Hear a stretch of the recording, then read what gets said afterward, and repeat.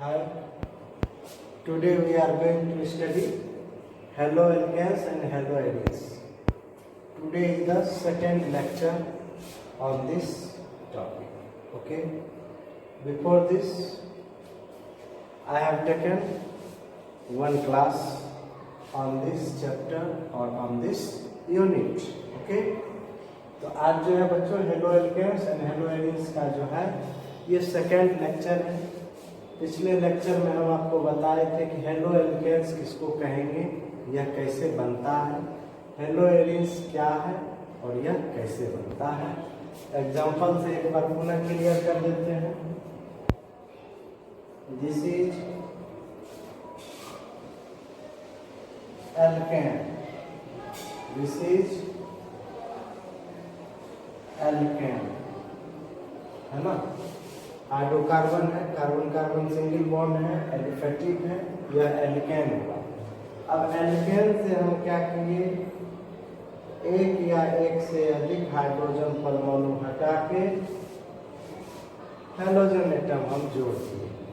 इसी का क्या नाम हो गया बताओ, हेलोएरीन, या इसी को बोला जाता है एल्काइल हैलाइड। ओके, इसके बारे में हम कल बता दिए।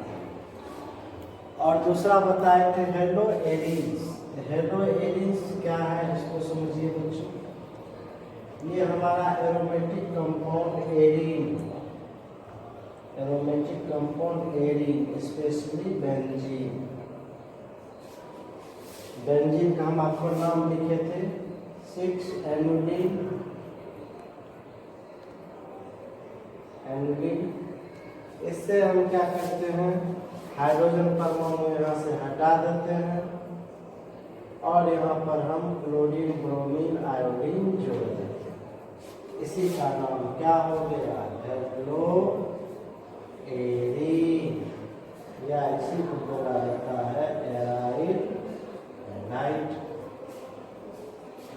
इसके बारे में हम डिस्कस कर चुके हैं। यह भी बता दिए हैं कि इसमें कार्बन का हाइब्रिडाइजेशन sp3 होता है और इसमें कार्बन का हाइब्रिडाइजेशन sp2 होता है। ये सब बता दिया। आज इसके आगे का पार्ट बताने जा रहे हैं। ओके, हेलोएल्केन्स एंड हेलोएरीन्स के बारे में क्लियर कॉन्सेप्ट कर दिए हैं। आज हम लोग पढ़ने जा रहे हैं कि ये हेलोएल्केन्स एंड हेलोएरीन्स के यूज क्या है। देखो, it is used as a solvent. Haloalkanes and haloarenes compounds are used as a solvent. इसका यूज हम लोग सॉल्वेंट के रूप में करते हैं। इसका उपयोग हम लोग करते हैं बहुत सारे ऑर्गेनिक कंपाउंड के स्टार्टिंग मटेरियल के रूप में करते हैं।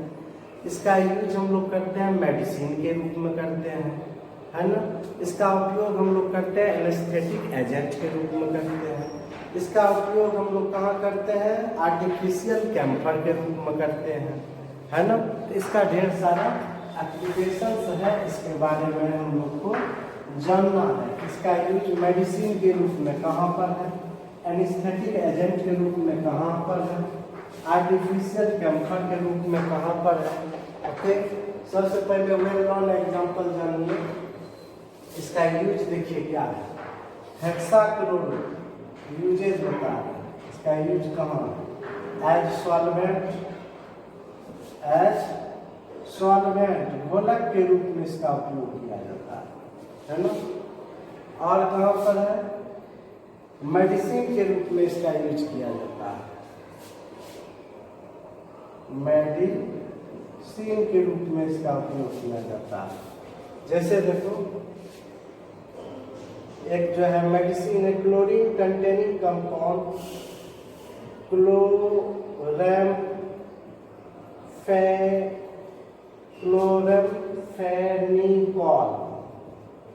क्लोरमफेनिकॉल, है ना।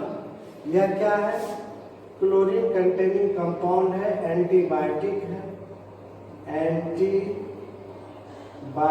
है, जिसका यूज हम लोग करते हैं कहाँ पर, टाइफाइड फीवर के ट्रीटमेंट। इसका यूज हम लोग कहाँ पर करते हैं, टाइफाइड फीवर के, टाइफाइड फीवर एक फीवर है, बीमारी है, उस बीमारी का नाम क्या है? टाइफाइड फीवर है।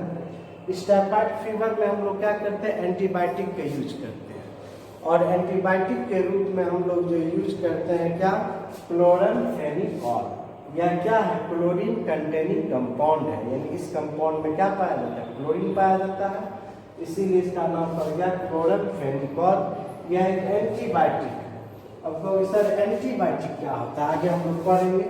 एंटी में हुआ अगेंस्ट, बायोटिक में हुआ लाइफ। जो लाइफ के अगेंस्ट कार्य करता है उसको हम लोग एंटीबायोटिक कहते हैं।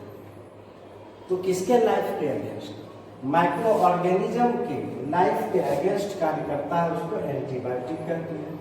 यानी एंटीबायोटिक क्या है? केमिकल सब्सटेंस है जिसको माइक्रो ऑर्गेनिज्म से प्राप्त किया जाता है, और यह दूसरे माइक्रो ऑर्गेनिज्म के वृद्धि को रोक देता है या उसको कंप्लीट मार देता है। यानी माइक्रो ऑर्गेनिज्म से ही प्राप्त करते हैं, और जब दूसरा माइक्रो ऑर्गेनिज्म हमारे बॉडी पर अटैक करता है तो उसको क्या करता है? किल कर देता है या अटैक करने से रोकता है। तो ऐसे केमिकल सब्सटेंस, ऐसे मेडिसिन के ग्रुप को कहा जाता है एंटीबायोटिक, है ना। ये एंटीबायोटिक जो है सॉइल माइक्रो ऑर्गेनिज्म से प्राप्त किया गया है। सॉइल माइक्रो ऑर्गेनिज्म से प्राप्त एंटीबायोटिक है जिसका नाम है क्लोरामफेनिकॉल। इसका यूज हम लोग करते हैं कहाँ? टाइफाइड फीवर के रूप में। इसके अलावे जो है क्लोरोक्विन के नाम सुना होगा। क्लोरोक्विन जो ये मेडिसिन है, यह भी क्लोरीन कंटेनिंग कंपाउंड है। इसका उपयोग हम लोग करते हैं मलेरिया के ट्रीटमेंट। मलेरिया बीमारी जो होता है, मलेरिया फीवर जो होता है, मलेरिया फीवर के ट्रीटमेंट में हम लोग किसका यूज करते हैं? क्लोरोक्विन का। इसका यूज करते हैं क्लोरोक्विन को। अक्सर क्लोरोक्विन क्या है? यह भी क्लोरीन कंटेनिंग ऑर्गेनिक कंपाउंड है जिसका यूज हम लोग करते हैं मलेरिया फीवर के। इसके अलावा देखो है ढेर सारा कंपाउंड्स है ना। हेलोथेन का यूज हम लोग करते हैं किसमें? एनेस्थेटिक एजेंट के रूप में। हेलोथेन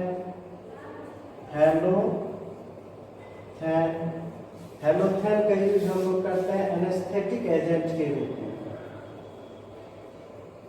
एनेस्थेटिक एजेंट के रूप में मतलब इसका उपयोग किया जाता है बेहोश करने में।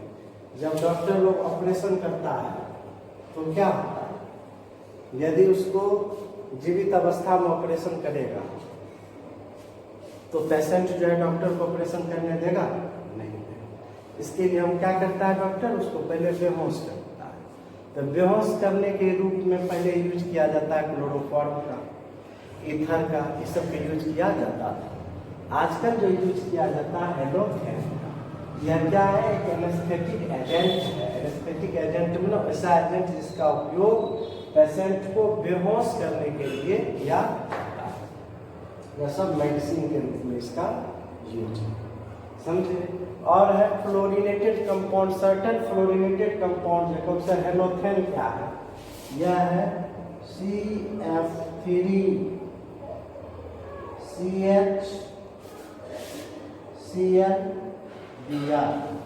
CH3CHCl Br। इसका नाम है हेलोथेन। इसका उपयोग हम लोग करते हैं किसमें? एनेस्थेटिक एजेंट के रूप में। ये सब क्या है? क्लोरीन कंटेनिंग कंपाउंड का यूज है। इसके अलावा भी और ढेर सारा यूज है। सर्टेन फ्लोरिनेटेड कंपाउंड का यूज किया जाता है किसमें? ब्लड सब्स्टिट्यूट के लिए। फ्लोरिनेटेड कंपाउंड, फ्लोरिनेटेड कंपाउंड मतलब फ्लोरीन कंटेनिंग कंपाउंड का यूज किया जाता है किसमें? ब्लड सब्स्टिट्यूट के रूप में। ब्लड सब्स्टिट्यूट के रूप में हम लोग क्या करते हैं? फ्लोरिनेटेड कंपाउंड का यूज करते हैं। यह सब जो है हेलोएल्केन्स एंड हेलोएलियंस का यूज है। इसके अलावा देखो हेक्साक्लोरोइथेन, हेक्साक्लोरोइथेन, हेक्साक्लोरोइथेन इसका यूज हम लोग करते हैं किसमें? आर्टिफिशियल कैम्फर के रूप में। आर्टिफिशियल कैम्फर मतलब कृत्रिम कपूर के रूप में हम लोग यूज करते हैं किसका? हेक्साक्लोरोइथेन। एक लाइन बच्चों बता देते हैं आप लोग, ऑर्गेनिक केमिस्ट्री में हिंदी और इंग्लिश एक ही होता है, कोई डिफरेंस नहीं है।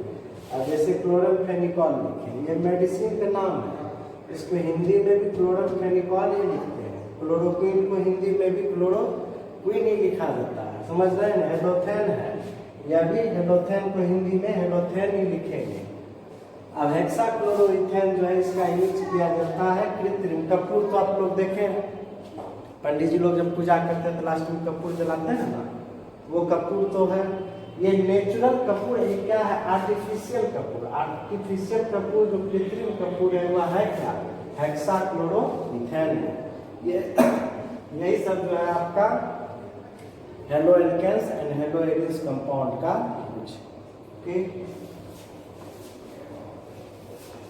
आप ऑर्गेनिक हम पहले एक लाइन इंट्रोडक्शन दिए हैं कि आप वीडियो को ऑर्गेनिक केमिस्ट्री जो हम पढ़ा रहे हैं आप कॉपी लेके नोट कीजिएगा, उसको लिखते जाइएगा। वीडियो को सिर्फ हम देख लिए बस रहे, जो भी हम पढ़ाते हैं उसको कॉपी में नोट करते जाइएगा। हम आपको विश्वास दिलाते हैं कि आपका ऑर्गेनिक केमिस्ट्री हम बहुत स्ट्रांग कर देंगे, आप सिर्फ इसमें मेहनत कीजिएगा।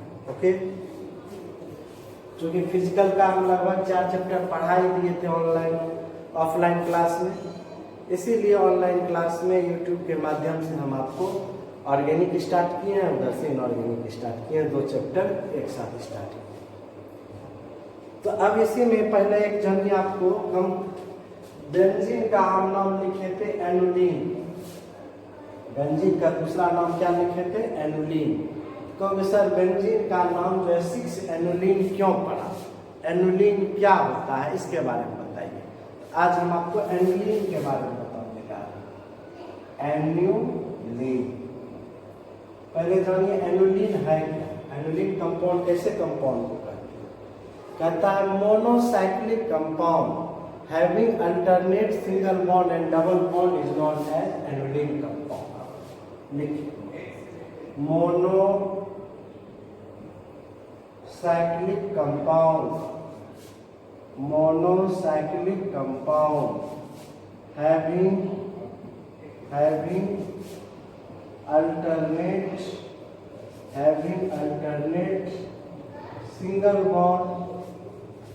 having alternate single bond and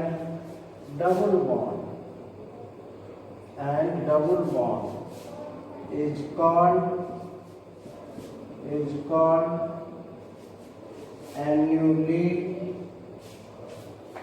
एनुलीन compound. अब समझिएगा, इसका हिंदी बोल देते हैं, अभी नहीं कर उसको हिंदियों में लिखेंगे, अंग्रेजियों में लिखेंगे। अंग्रेजी लिख दिए, हिंदी सुन लीजिए। मोनोसाइक्लिक कंपाउंड, मोनो मतलब एक, साइक्लिक मतलब रिंग वाला कंपाउंड।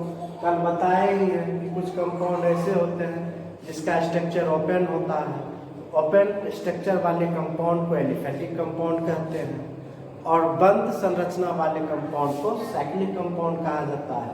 उसी का एक स्पेशल केस है एरोमेटिक कंपाउंड, उसको जो हम लोग डिस्कस करेंगे। तो मोनोसाइक्लिक, साइक्लिक में रिंग, वैसा रिंग कंपाउंड जिसकी संख्या क्या हो? 1, यानी एक रिंग वाले कंपाउंड को क्या कहते हैं? Monocyclic compound. जिसमें क्या है? Alternate single bond and double bond, मतलब एक सिंगल फिर डबल, एक सिंगल फिर डबल, फिर एक सिंगल फिर एक डबल।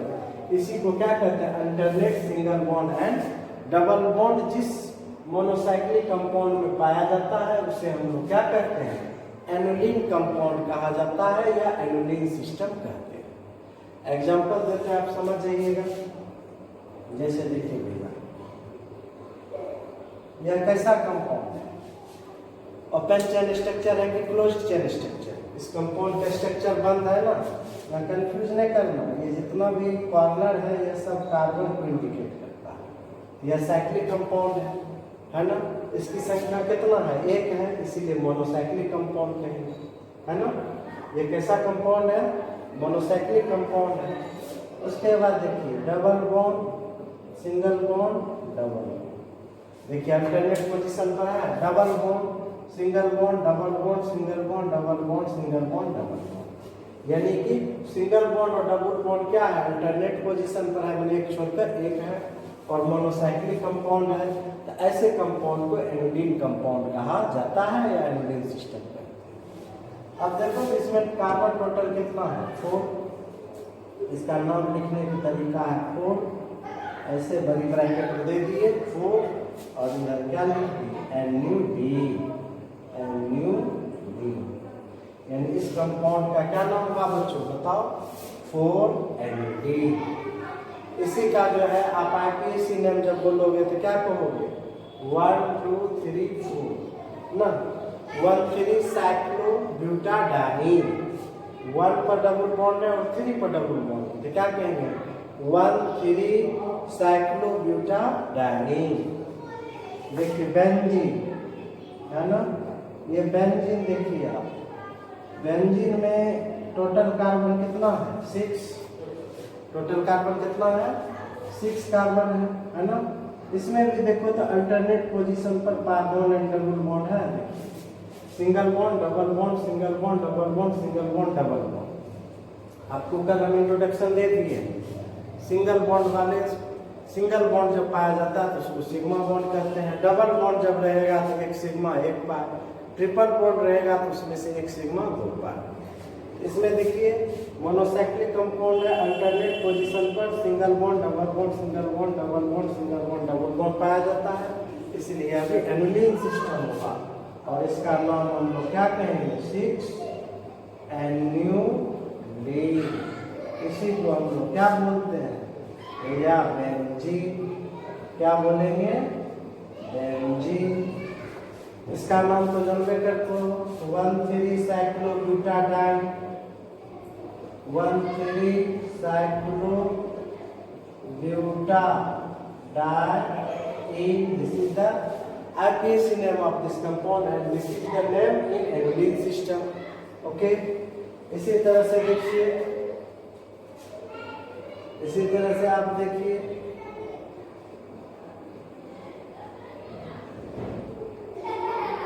इसको, इस कंपाउंड को देखिए, इसमें टोटल कार्बन जो है कितना है बच्चों?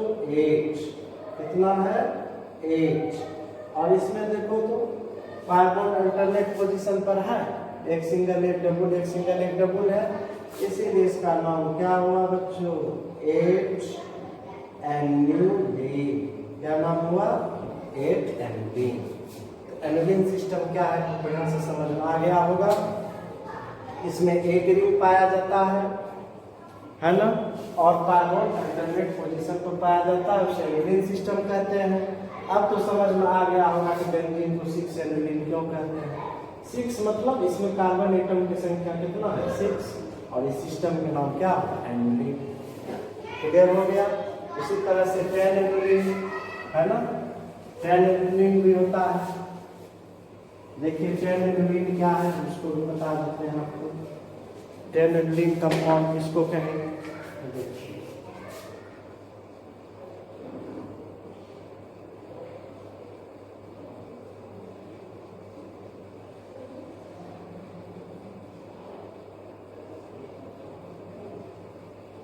सबसे पहले देखो इसमें कार्बन परमाणु कितना है? 10।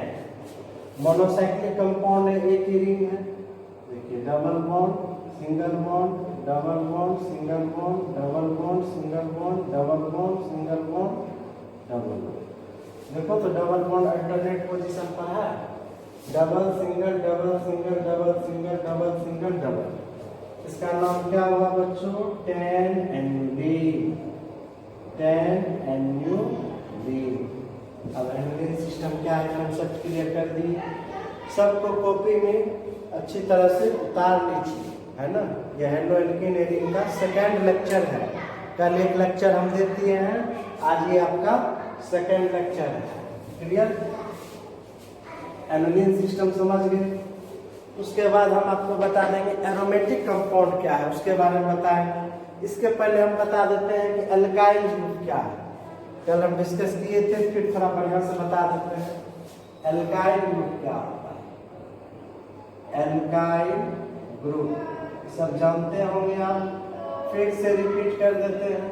देखो एल्काइल ग्रुप को आर से डिनोट किया जाता है, कैपिटल आर देते हैं, वो एल्काइल ग्रुप।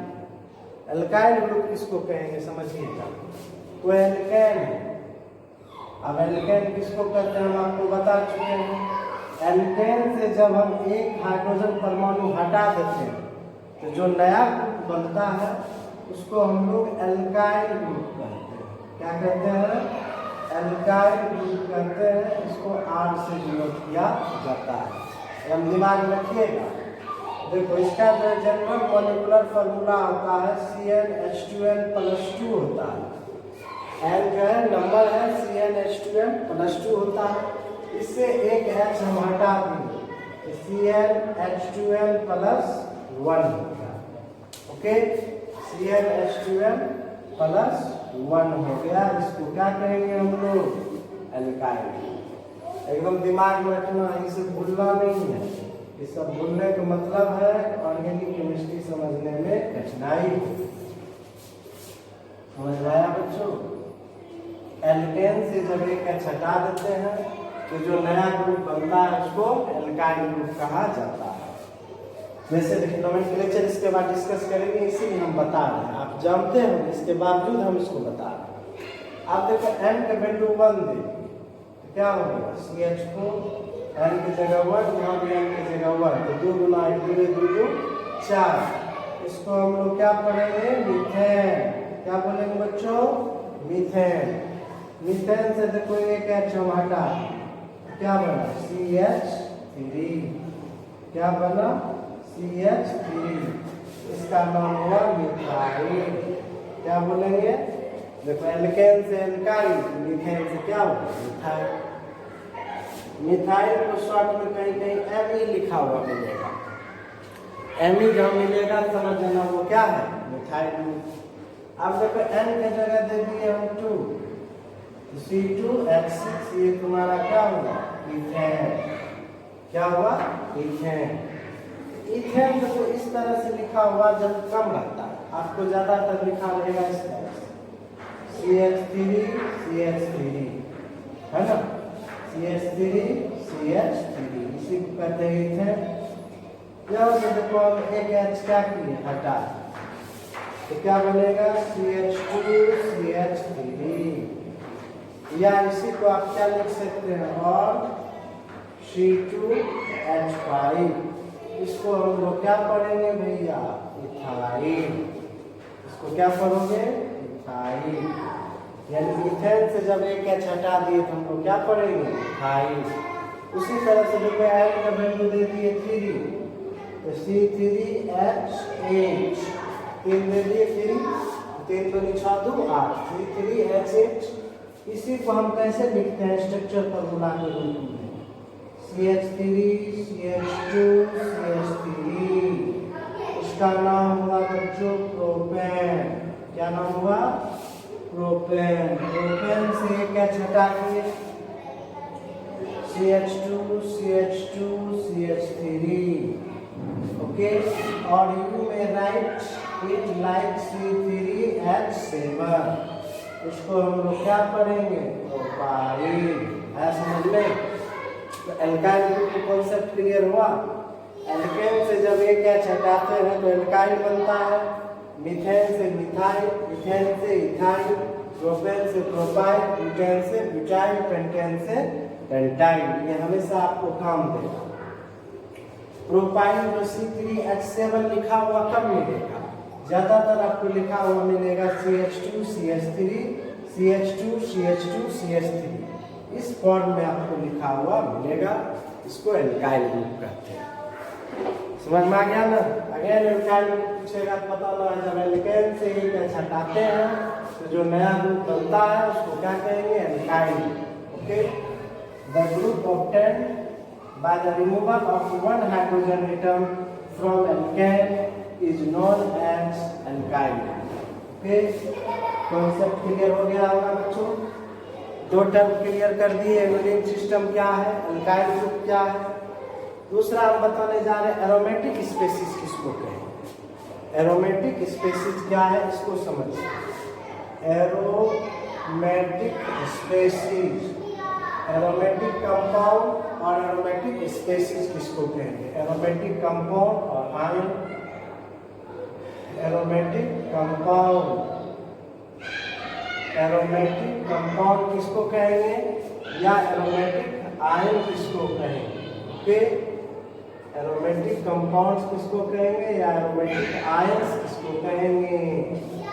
देखो एरोमेटिक कंपाउंड जो है यह भी साइक्लिक कंपाउंड के एक स्पेशल केस है, यह भी साइक्लिक के कंपाउंड है, लेकिन इसमें एक अलग तरह से बना है, ये ग्रीक वर्ड से बना है एरोमा। एरोमा मतलब होता है प्लीजेंट स्मेल, जिसका स्मेल जो है प्लीजेंट हो। प्लीजेंट समझते हैं, प्लीजेंट स्मेल मतलब क्या हो, सुगंध।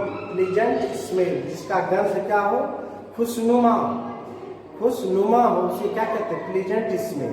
तो शुरू में माना गया था ऐसा कंपाउंड जिसमें खुशनुमा स्मेल हो, खुशनुमा गंध हो, उसको एरोमेटिक कंपाउंड कहा जाता है। लेकिन बाद में जैसे जैसे साइंस डेवलप किया उसमें देखा गया कि कुछ कंपाउंड ऐसे हैं जिसमें स्मेल प्लीजेंट स्मेल नहीं है, फिर भी उसमें एरोमेटिक कंपाउंड का गुण पाया जाता है ना। तो उसको क्या किया गया है, फिर आगे मॉडिफाई किया गया डिफिनेशन को कि आखिर एरोमेटिक कंपाउंड कहते हैं। तो केमिकल रिएक्शंस के द्वारा हम इसका टेस्ट करते हैं कि ये एरोमेटिक कंपाउंड जो है इसमें पाई बॉन्ड पाया जाता है, अनसैचुरेटेड सिस्टम, इसमें जो है डबल बॉन्ड पाया जाता है, अनसैचुरेटेड सिस्टम है। इसको एडिशन रिएक्शन शो करना चाहिए, लेकिन aromatic compound addition reaction show नहीं करता है, बल्कि यह सब्स्टिट्यूशन रिएक्शन शो करता है। यह नाइट्रेशन दिखाता है, सल्फोनेशन दिखाता है, फ्रीडल-क्राफ्ट एल्काइलेशन दिखाता है, फ्रीडल-क्राफ्ट एसाइलेशन दिखाता है। समझ आया, मतलब इसमें डबल बॉन्ड है, एरोमेटिक कंपाउंड में डबल बॉन्ड है। तो इसको अनसैचुरेशन कंपाउंड का टेस्ट देना चाहिए, यह बेयर्स रिएजेंट के साथ अभिक्रिया करना चाहिए, ब्रोमीन CCl4 के साथ अभिक्रिया एडिशन रिएक्शन में भाग लेना चाहिए, लेकिन यह भाग नहीं लेता है, बल्कि यह क्या करता है, सब्स्टिट्यूशन रिएक्शन में भाग लेता है। Nitration, sulphonation, Friedel-Crafts alkylation, Friedel-Crafts acylation and alkylation reaction में भाग लेता है। समझ में आ गया ना। तो इस सब को जब देखते हुए एरोमेटिक कंपाउंड को एक अलग फॉर्म में डिफाइन किया गया जो हैकेल ने किया, तो अपने नाम पर रखा हैकेल से। तो एरोमेटिक कंपाउंड या एरोमेटिक स्पेसीज या एरोमेटिक आयंस किसको कहेंगे। इसके लिए कंडीशंस देखो, इसके लिए कंडीशंस है, शर्त है। ऐसा कंपाउंड जो मॉलिक्यूल्स और आयन जो क्या हो, कोप्लेनर, पहला कंडीशन यही है। इसके लिए कंडीशंस क्या है, मॉलिक्यूल्स और ion must be coplanar, molecule और पब्लिक भी आयन, मॉलिक्यूल और ion it must be coplanar. इसको कोप्लेनर होना चाहिए, कोप्लेनर में एक प्लेन में होना चाहिए। जनरली हाइब्रिडाइजेशन जो है sp होना चाहिए या sp2 होना चाहिए। जनरली sp और sp2 वाले कंपाउंड को कोप्लेनर कहते हैं, मतलब ऐसा कंपाउंड जिसको हम एक प्लेन में रखते हैं उसको कहते हैं कोप्लेनर। जैसे देखिए कोप्लेनर क्या है, इस कंपाउंड को देखिए, इसको हम एक प्लेन में रख दिए, XY प्लेन में, इसको कहते हैं कोप्लेनर। अब इस कंपाउंड को देखिए, ये x में है, y में है, इसके साथ साथ ये क्या है z, यानी यह क्या होगा, नॉन प्लेनर। इसको क्या पढ़ेंगे हम लोग, नॉन प्लेनर। एक प्लेन में नहीं, इसलिए कहेंगे नॉन प्लेनर। और जो कंपाउंड प्लेन में रहेगा उसको क्या कहेंगे, कोप्लेनर। तो पहला कंडीशन है कंपाउंड को कोप्लेनर होना चाहिए। तो जनरली जब sp और sp2 हाइब्रिडाइजेशन होता है तो वह कोप्लेनर कंपाउंड होता है। इसके अलावा और भी है बच्चों, कुछ कंपाउंड ऐसे होते हैं जिसमें हाइब्रिडाइजेशन sp और sp2 होते हैं, इसके बावजूद भी वह कोप्लेनर नहीं होते, नॉन प्लेनर होते हैं। वो कहाँ होते हैं, कैसे होते हैं? जहाँ स्टेरिक रिपल्सन होता है उसके कारण हो जाते हैं, है ना। जैसे हम 10 एनुलिन सिस्टम में देखेंगे कि यह नॉन प्लेनर हो जाता है। अब कैसे होता है हम उसको डिस्कस करेंगे। इसके अलावा एनिलीन सिस्टम है। देखो ये क्वेश्चन IIT का पूछा हुआ है। एनिलीन सिस्टम है। एनिलीन सिस्टम में जो है कार्बन का हाइब्रिडाइजेशन sp और sp2 है, तो इसको कोप्लेनर होना चाहिए, लेकिन एनिलीन जो है कोप्लेनर नहीं है, बल्कि यह नॉन प्लेनर है। इसका जवाब आगे हम देखेंगे। एनिलीन सिस्टम में जब हम इसका मॉलिक्यूलर ऑर्बिटल डायग्राम खींचते हैं ना, तो दोनों कार्बन एटम जो है, दोनों इंड कार्बन एटम जो है एक दूसरे के परपेंडिकुलर आ जाता है। एक दूसरे के क्या आ जाता है, परपेंडिकुलर आ जाता है। एक कार्बन जो है यदि y प्लेन में है तो दूसरा कार्बन चला जाता है कहाँ, z प्लेन में, यानी पोलैरिटी क्या कर जाता है, लॉस्ट कर जाता है, या पाया जाता है कहाँ, एनिलीन सिस्टम में। ये क्वेश्चन IIT को पूछा हुआ। लेकिन जनरली हम लोग sp और sp2 हाइब्रिडाइजेशन जब रहता है तो हम उसको क्या कहते हैं, कोप्लेनर कहते हैं। ये पहला कंडीशन। देखो दूसरा कंडीशन है कि इसमें साइक्लिक रिजोनेंस होना चाहिए। क्या होना चाहिए, साइक्लिक रिजोनेंस होना चाहिए, है ना। साइक्लिक रिजोनेंस क्या है आगे बता रहे हैं बच्चों। साइक्लिक रिजोनेंस होना चाहिए। साइक्लिक रिजोनेंस थोड़ा सा बता रहे हैं, क्योंकि पूरा ऑर्गेनिक केमिस्ट्री तो रिजोनेंस पर ही बेस्ड है। थोड़ा सा इसको डिस्कस करना वाजिब समझते हैं। सबसे पहले साइक्लिक सिस्टम होना चाहिए और उसमें रिजोनेंस होना चाहिए। साइक्लिक सिस्टम है, ये डबल बॉन्ड है, ये पॉजिटिव चार्ज है ना, पॉजिटिव चार्ज। तो देखो रिजोनेंस होता है कंजुगेटेड सिस्टम। सिस्टम जो है तीन तरह का होता है, एक कंजुगेटेड, आइसोलेटेड, क्यूमुलेटिव। जब अल्टरनेट पाई बॉन्ड रहता है उसको कहते हैं कंजुगेटेड पाई बॉन्ड। एक होता है जब दो पाई बॉन्ड के बीच एक से अधिक सिग्मा बॉन्ड होता है तो उसको कहते हैं आइसोलेटेड सिस्टम। और जब पाई बॉन्ड जो लगातार रहता है तो उसको कहते हैं क्यूमुलेटेड सिस्टम। इसी में एनिलीन आता है, एनिलीन, एनिलीन, एलीन, ALLEN, एलीन। क्या बोलते हैं, एलीन, ओके, एलीन सिस्टम। तो देखो रिजोनेंस के लिए कंडीशन क्या है, यह कंजुगेटेड सिस्टम होता है। इसमें देखो इलेक्ट्रॉन के मूवमेंट को हम लोग कर्व एरो से दिखाते हैं, ऐसे कर्व एरो। ये जो है कर्व एरो का ये है 10 पर पॉजिटिव होता है। अब कौन सा निगेटिव क्यों होगा, क्योंकि इलेक्ट्रॉन निगेटिवली चार्ज होता है ना, इसीलिए जिधर हेड है उधर निगेटिव होगा, 10 पर पॉजिटिव। अब कौन सा हेड किधर होगा, तो जो हाईली इलेक्ट्रोनेगेटिव एलिमेंट होगा उधर क्या देंगे, उसका हेड देंगे। जैसे नाइट्रोजन रहेगा, ऑक्सीजन रहेगा, फ्लोरीन रहेगा, हेलोजन एटम होगा, उधर हेड देंगे। मान लो यदि इलेक्ट्रॉन का मूवमेंट ऐसे हुआ, ऐसे हुआ, यहाँ देंगे निगेटिव, यहाँ देंगे पॉजिटिव। इलेक्ट्रॉन के मूवमेंट को ऑर्गेनिक केमिस्ट्री में कर्व एरो में टेढ़ा एरो से दर्शाते हैं।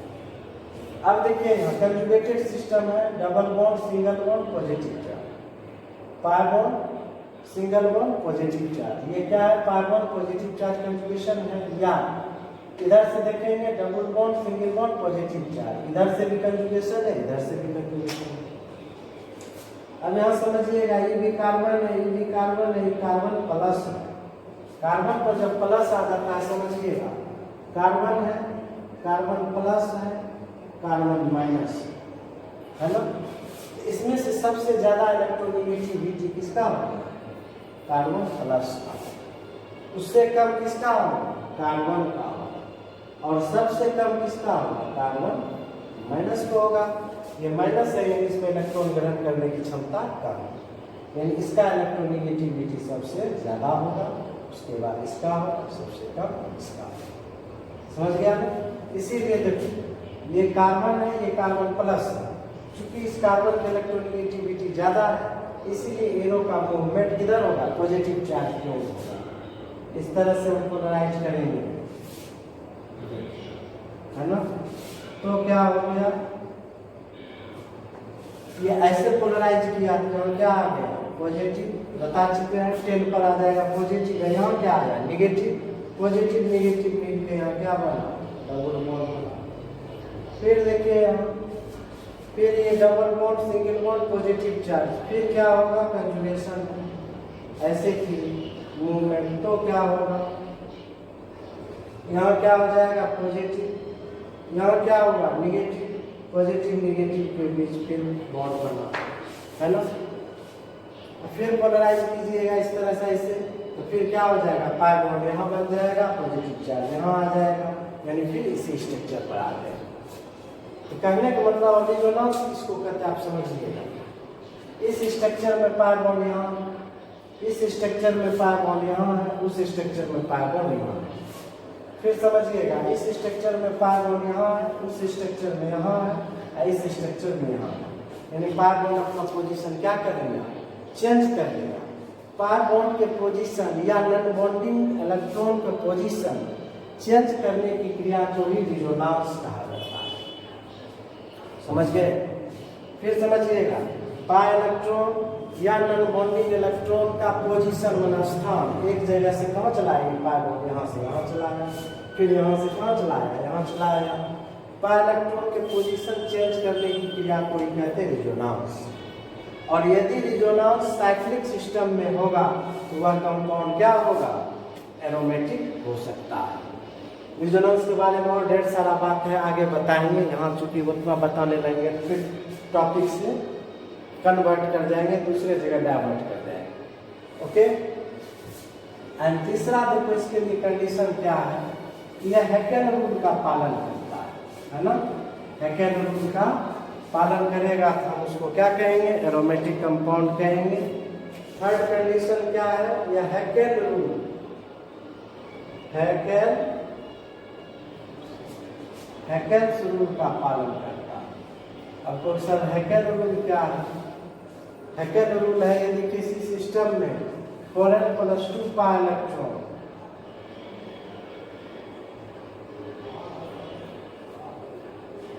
हैकेल रूल देखो क्या कहता है, यदि किसी सिस्टम में 4n+2 पाई इलेक्ट्रॉन पाया जाता है कहेंगे वह कंपाउंड जो है हैकेल रूल का पालन करता है।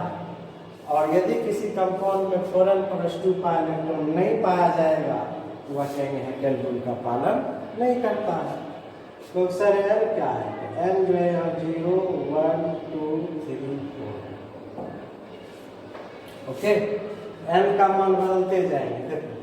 यदि हम यहाँ इफ माने यदि n इक्वल टू दे दिए 0, n इक्वल टू क्या दे दिए 0, तो कितना बचा, ये तो टर्म 0 हो गया, कितना होगा 2 पाई इलेक्ट्रॉन, तो पाई इलेक्ट्रॉन कितना होगा 2 पाई इलेक्ट्रॉन,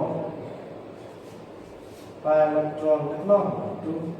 तो वह कंपाउंड जैसे इसमें साइक्लोप्रोपीन, यह कंपाउंड क्या करेगा हैकेल रूल का पालन करेगा। कहने का मतलब n की जगह 0 दे दिए तो पाई इलेक्ट्रॉन कितना हो जाएगा 2, यह हैकेल रूल पालन करेगा। n की वैल्यू 1 दे दिए कितना हो गया 4 2 6। इफ n इक्वल टू क्या दे देंगे 1 तो पाई इलेक्ट्रॉन्स कितना हो जाएगा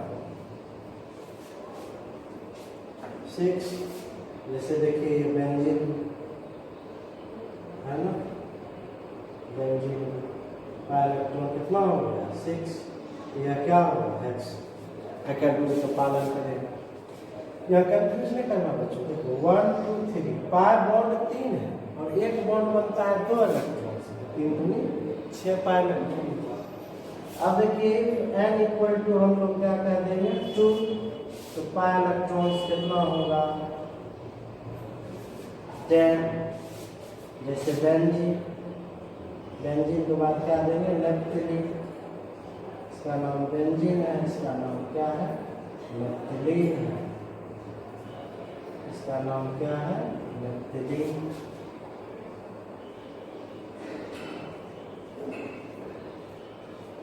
नेप्थलीन, इसका नाम साइक्लोप्रोपीन, इसका नाम बेंजीन, इसका नाम क्या है नेप्थलीन। यह क्या करेगा हैकेल रूल का पालन। तो एरोमेटिक कंपाउंड होने के लिए क्या है कंडीशन बच्चों, थोड़ा देर और देंगे। ऐसे हम सोचे थे एक वीडियो 30 मिनट से ज़्यादा लें, लेकिन ये जो टॉपिक पढ़ा रहे हैं 2-4-5 मिनट आगे जाए, नहीं तो क्या होगा दूसरे दिन पढ़ाएंगे तो फिर अब शुरू से बताना पड़ेगा, है ना। 5 मिनट और पढ़ाते हैं। यानी कि एरोमेटिक कंपाउंड के लिए कंडीशन क्या बताए हुआ, कोप्लेनर कंपाउंड होगा। दूसरा बताए उसमें साइक्लिक रिजोनेंस होगा। अब रिजोनेंस अपने आप में जो है ग्रंथि है। रिजोनेंस पूरा ऑर्गेनिक केमिस्ट्री रिजोनेंस पर ही बेस्ड है, इसको हम आगे देखेंगे। थोड़ा सा हम परिचय की पाई इलेक्ट्रॉन की पोजीशन चेंज करने के लिए कोई रिजोनेंस नहीं। तीसरा बताए कि हेकेल रूल का पालन करेगा।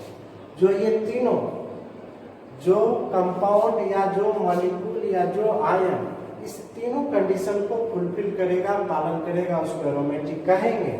और जो तीनों में से किसी एक को फॉलो नहीं करेगा, पालन नहीं करेगा, उसको एरोमेटिक नहीं कहेंगे। जैसे एग्जांपल से देखिए हम बता रहे हैं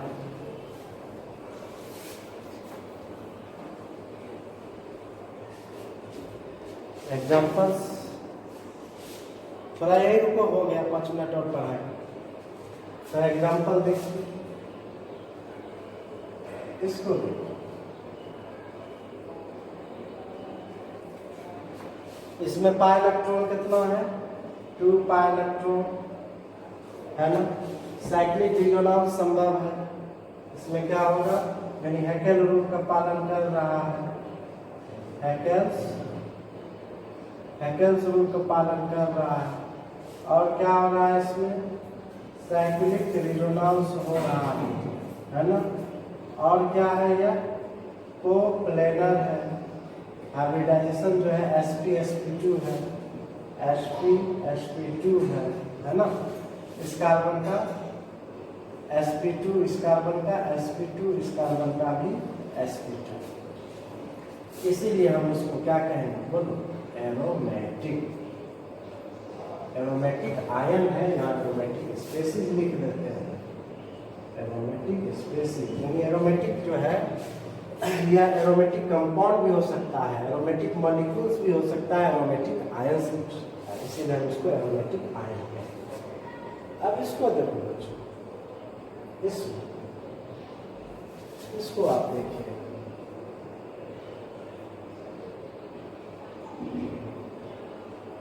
टू पाई इलेक्ट्रॉन है, यह हेकेल रूल का पालन कर रहा है, हेकेल रूल का पालन कर रहा है, लेकिन इसमें नो साइक्लिक रिजोनेंस, इसमें साइक्लिक रिजोनेंस नहीं होगा।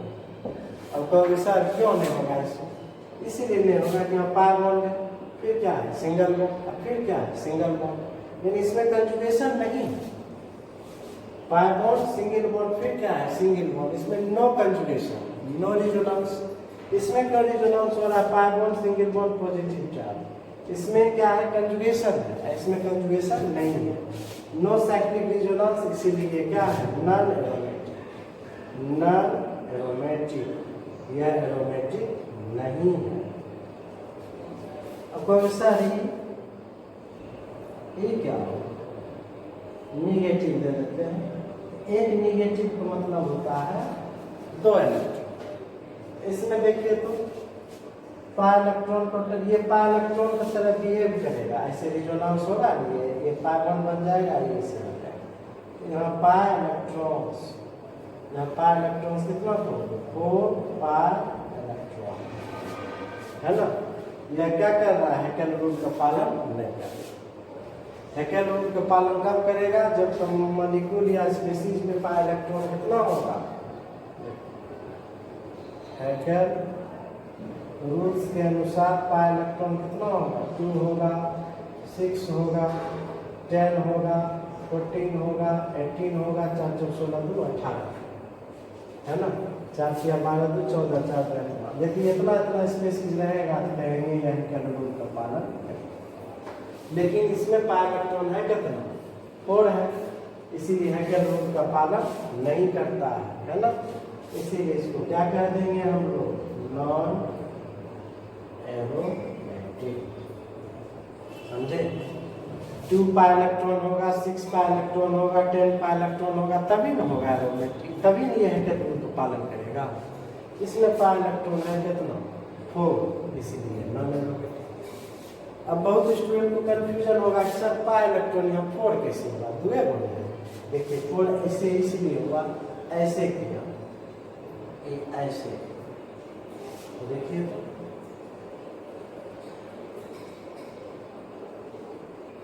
है ना, ऐसे किया। ये जो आप देख रहे हैं ये क्या हो गया, ये जो 2 इलेक्ट्रॉन किसमें कन्वर्ट कर गया, पाई बॉन्ड में कन्वर्ट कर गया, तो नेगेटिव चार्ज यहाँ आएगा। इसीलिए 2 इलेक्ट्रॉन इसके लिए, 2 इलेक्ट्रॉन इसके लिए, 4 पाई, यानी this lone pair electron behaves as pi electron. Confuse नहीं होना चाहिए, this lone pair electron behaves as pi electron. कहने का मतलब 3 मेंबर्ड साइक्लिक कंपाउंड में सिर्फ कैटायन जो है, साइक्लोप्रोपिनाइल कैटायन ही एरोमेटिक है, बाकी दोनों नॉन एरोमेटिक। कॉन्सेप्ट क्लियर हो गया बच्चों? जस्ट 2 मिनट और।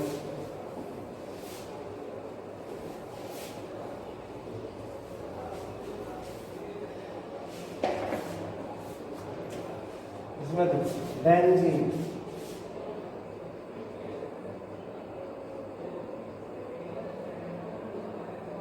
एरोमेटिक है,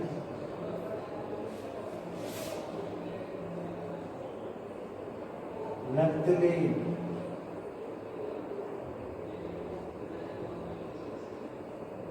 एरोमेटिक है,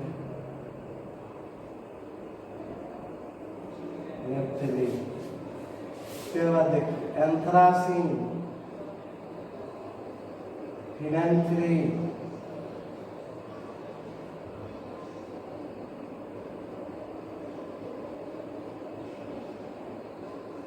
बेंजीन, नैप्थलीन,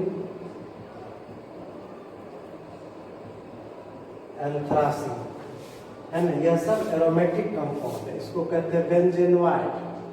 यह सब क्या है, एरोमेटिक कंपाउंड है। अब एरोमेटिक कंपाउंड भी 2 तरह का, एक होता है बेंजीनवाइड और दूसरा होता है नॉन बेंजीनवाइड। जब बेंजीन स्ट्रक्चर पाया जाएगा तो उसको क्या कहेंगे, बेंजीनवाइड।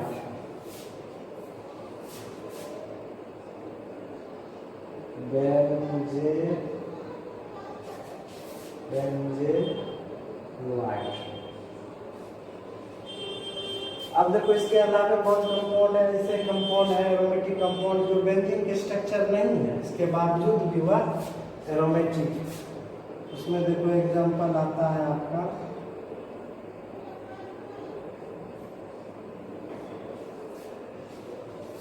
फ्यूरान,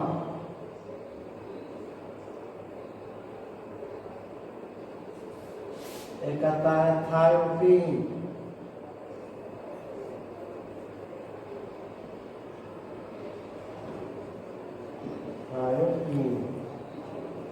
है ना, यह भी एरोमेटिक है, लेकिन इसमें बेंजीन रिंग नहीं पाया जाता है, इसलिए इसे नॉन बेंजीनवाइड कहा जाता है। उसके बाद देखिए पायरॉन, पायरॉन